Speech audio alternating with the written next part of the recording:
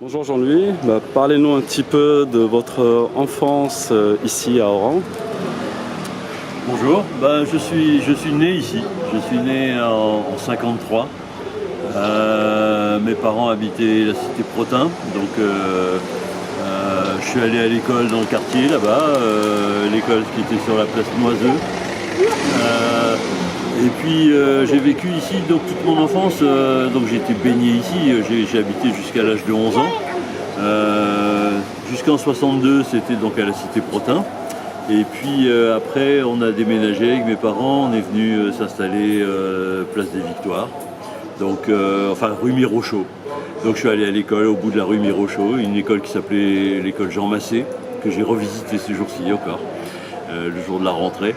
Et puis j'ai terminé avec le lycée Pasteur, donc Pas très loin d'ici en fait. qui est pas très loin d'ici, où je suis allé faire les débuts de mes études.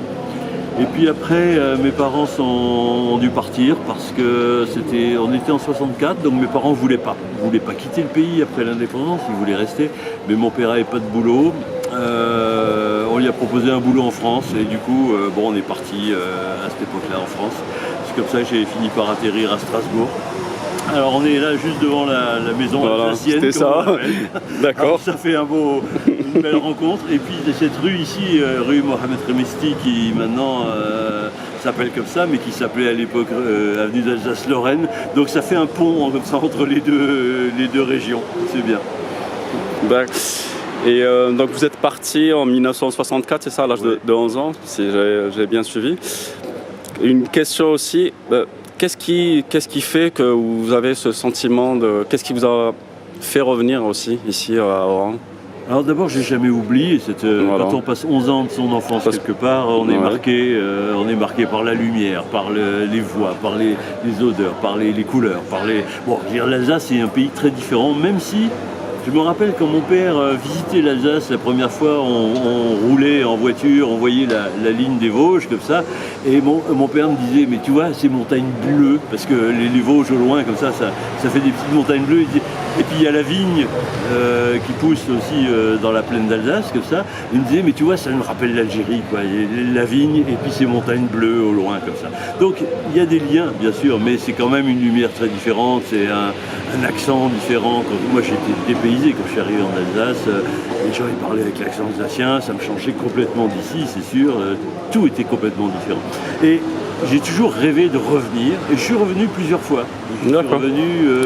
Vous avez quel âge la première fois quand vous êtes revenu? Alors je suis revenu en 73, donc... Vous aviez 20 ans, c'est ça? J'avais 20 ans, ouais. J'ai fait tout un tour par le Maroc, l'Algérie, la Tunisie, comme ça, tout le Maghreb, tout un tour. Et j'ai retrouvé un peu donc mon pays d'origine, quoi. Je suis revenu dans les années 80 aussi après. Et à chaque fois que vous reveniez ici, est-ce que vous allez sur les endroits où vous étiez enfant ou vous changez plutôt? C'était plutôt... Les premières fois, pas tellement. Vous étiez nostalgique ou c'était plutôt... vous étiez plutôt à la recherche, peut-être pas une quête identitaire, mais peut-être découvrir autre chose? Alors... Ouais, au début c'était plutôt découvrir autre chose. D'accord. Je sais pas pourquoi, une espèce de réticence à retourner sur les lieux exacts de mon enfance. C'est venu plus tard ça.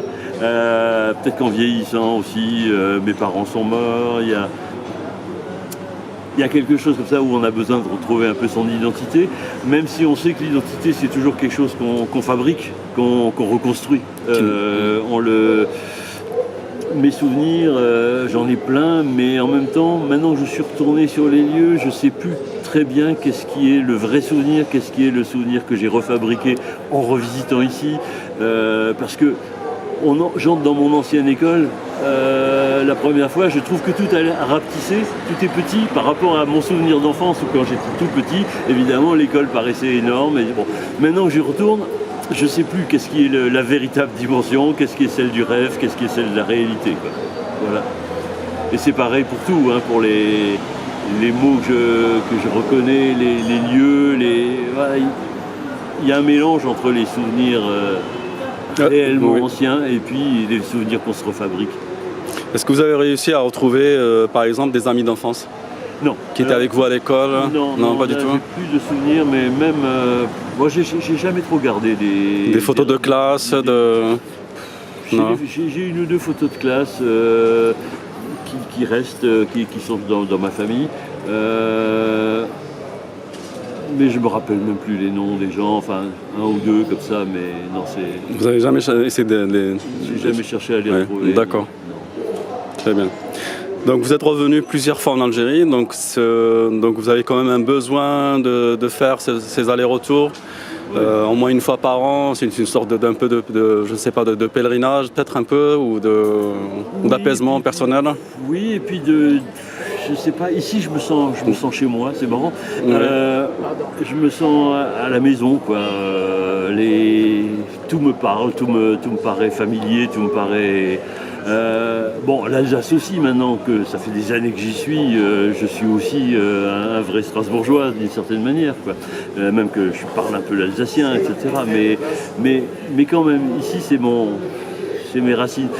Je me sens méditerranéen, mais quand je suis par exemple à Toulon c'est pas pareil. C'est pas la même Méditerranée. Donc il manque toujours quelque chose, un ingrédient, une odeur. Ici, je me sens chez moi.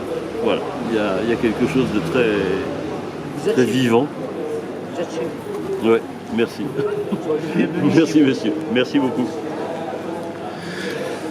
Donc je sais aussi que vous œuvrez aussi pour le rapprochement des deux rives, Oui. donc, et notamment vous êtes très actif au niveau associatif, vous faites partie, vous m'avez parlé aussi du festival que vous organisez à Strasbourg. Est-ce que vous pouvez m'en parler un peu plus, s'il vous Alors plaît? ce festival, il s'appelle Strasbourg Méditerranée, c'est un festival qui existe depuis maintenant 20 ans, qui va fêter sa 10e édition, hein, c'est tous les 2 ans.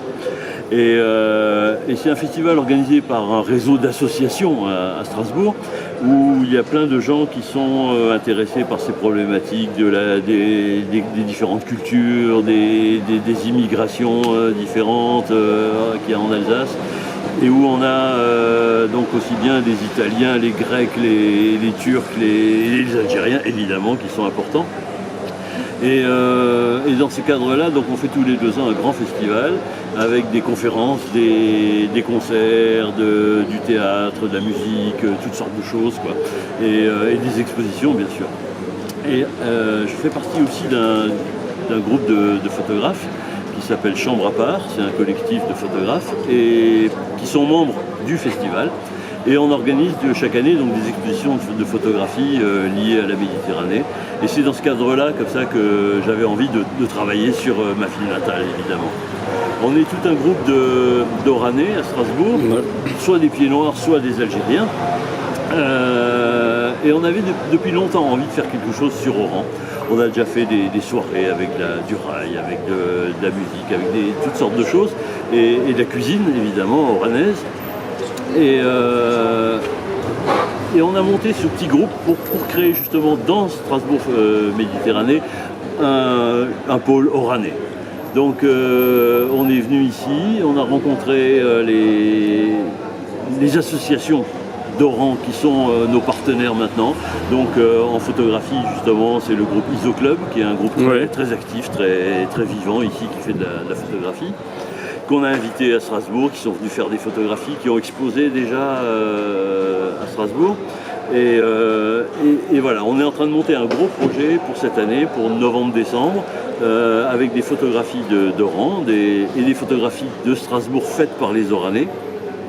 Et puis dans ce projet, c'est une espèce de regard croisé, voilà, c'est des regards croisés. On a impliqué aussi maintenant dans cet échange les écoles d'architecture, l'école d'architecture de Strasbourg qui a envoyé ses étudiants en master ici à Oran, et ici l'USTO avec Djilali Tahlaoui qui est un personnage extrêmement intéressant qui mène la revue Madinati. Voilà, qui est venu aussi avec ses étudiants à Strasbourg, et on fait ces échanges aussi comme ça au niveau des architectes, au niveau des associations citoyennes, hein, avec Bel Horizon, avec le Petit Lecteur, avec d'autres associations d'Oran et des associations strasbourgeoises. Et voilà, on a ces rencontres qui sont extrêmement importantes, et je crois que c'est ça qu'il faut. On est dans un monde en ce moment où il y a une espèce de... quelque chose qui pèse comme ça, des crispations identitaires, besoins nationalistes, etc. Et la solution, c'est que les gens se rencontrent, échangent, aillent chez l'un, chez l'autre, connaissent la culture de l'autre. c'est ça qui est important aujourd'hui. C'est qu'on s'aperçoive qu'il y a un seul monde et qu'on est tous du Vous êtes même pour le monde. bannissement des frontières à ce moment. Absolument, ouais. Est-ce que vous vous sentez un petit peu, c'est une question peut-être que j'aurais dû vous la poser au début, est-ce que vous vous sentez comme un Algérien immigré en France?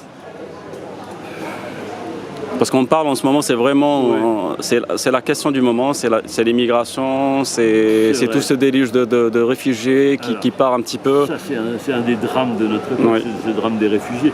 Bon, moi, je me sens pas réfugié ou immigré ou exilé ou expatrié. Je me sens du monde entier de toute façon. D'accord. Je suis bien, si je suis ici, je suis bien. Si je vais à New York, je me sens de là-bas. Citoyen du monde. Si je suis en Grèce, je me sens chez moi aussi. Mon grand-père était grec, je me sens à l'aise.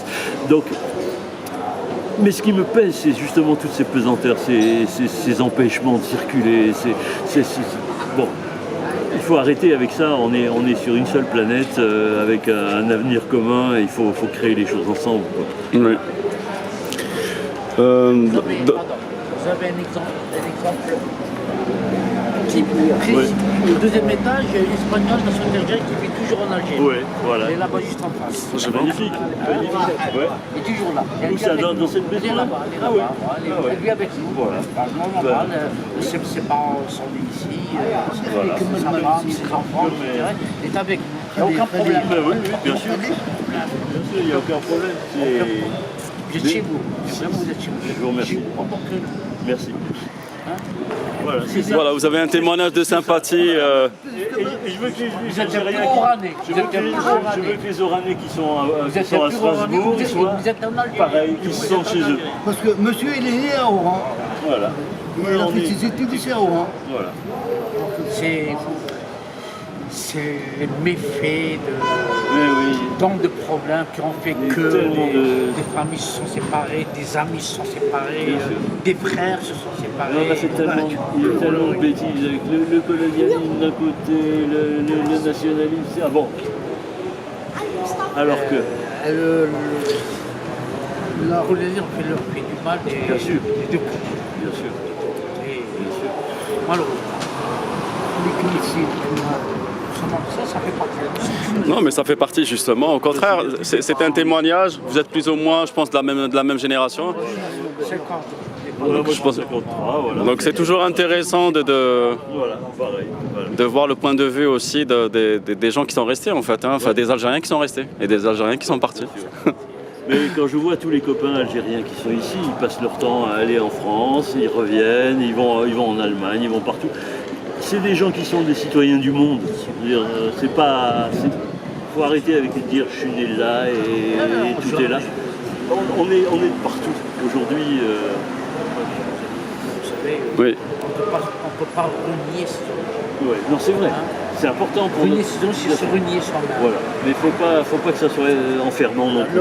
On est ouvert. Dans notre génération, on comprend cette situation. On comprend que la situation que nous vivons en 1964, mais on vous considère comme vous êtes venus ici, en Algérie, vous venez chez vous. Merci. C'est l'histoire qui a fait que des populations, des familles entières, ça fait mal. Voilà. Ça fait mal. Et vous savez, maintenant j'habite en Alsace. En Alsace, c'est une région qui a été sans arrêt entre la France et l'Allemagne, en train de basculer d'un côté et de l'autre. Et les gens ne savaient plus qui ils étaient. Et ça fait des replis identitaires terribles. Il y a des gens qui votent Front National parce qu'ils sont perdus, ils ne savent plus où est leur identité. Voilà. Ça pose la question qui sommes-nous. Ouais. C'est pas la question qui sommes-nous.